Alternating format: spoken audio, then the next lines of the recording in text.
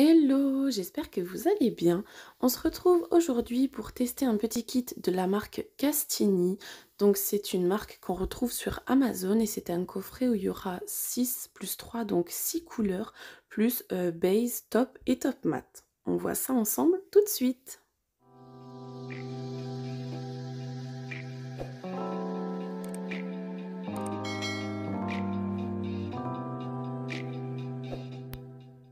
Alors du coup, le kit se présente comme ceci. Vous avez sur le côté les petites indications avec le cruelty free, etc. De l'autre côté, vous avez les ingrédients. Ensuite, on va avoir tout ce qui est importateur. Et donc, comme je vous disais, c'est un coffret qui est vendu sur Amazon. Lorsqu'on va le déballer, en premier lieu, on tombe sur le petit manuel.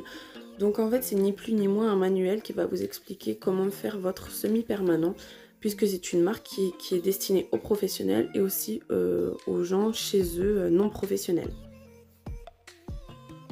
Donc on a d'abord le petit Glossy Top Coat, donc c'est format 7,5 ml. Après pareil, vous retrouvez les petites indications. On va avoir la Base Coat, donc vous allez pouvoir en fait faire votre semi-permanent de A à Z. Et puis on a le Matte Top Coat. Et les flacons de couleurs qu'on va venir swatcher ensemble tout de suite. Donc on va commencer par le B082 qui est un bleu ciel. Pour ce qui est de la texture, honnêtement, elle a l'air de me plaire. Ça a l'air d'être ni trop épais, ni liquide. Ça a l'air d'être de bonne consistance. Effectivement, c'est un petit peu... c'est pas crémeux encore, mais presque. Donc, une belle consistance. Et puis, j'ai l'impression qu'en un seul passage, ça va le faire. On n'aura pas besoin d'y repasser. Oui, franchement, en une seule couche. Du coup, vous voyez vous-même. Nickel. On passe au jaune pastel qui est le B083. Donc ça, c'est un coffret que vous retrouvez au prix de 14,99 € sur Amazon lorsque vous tapez Castini. Et en fait, ils ont plusieurs coffrets. Donc vous avez celui-ci et vous en avez d'autres avec des teintes qui font plus hivernales ou plus pailletées.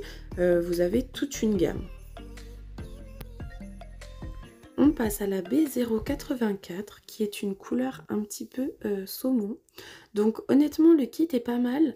Que vous soyez professionnel, vous voyez par vous-même que la texture est agréable et qu'en plus en un seul passage c'est fait.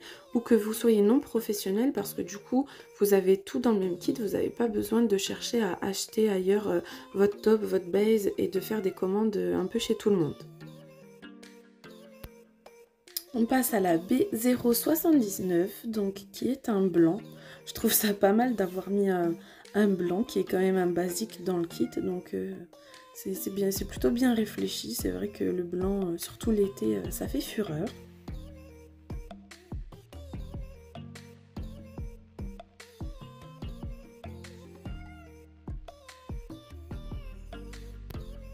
On passe à la couleur B080 qui est un rose un petit peu pastel.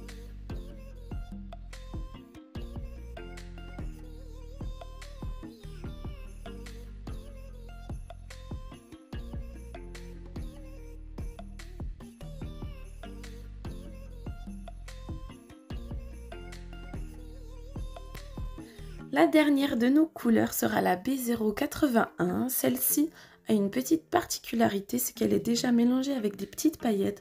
Donc ça fait un effet un petit peu confetti, pailleté, c'est un peu entre les deux. Et elle faisait partie de mes préférées du coup avec la rose.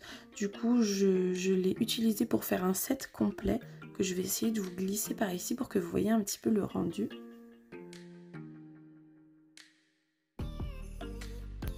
Place maintenant au top coat, on va venir tester les deux et on va commencer par le top glossy.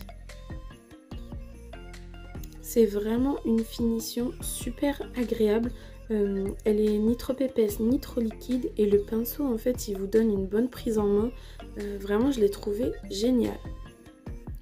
Une fois que je l'ai appliqué, je vais venir retourner une petite seconde pour que ça nous fasse un joli filet de lumière. On passe cette fois-ci au top mat.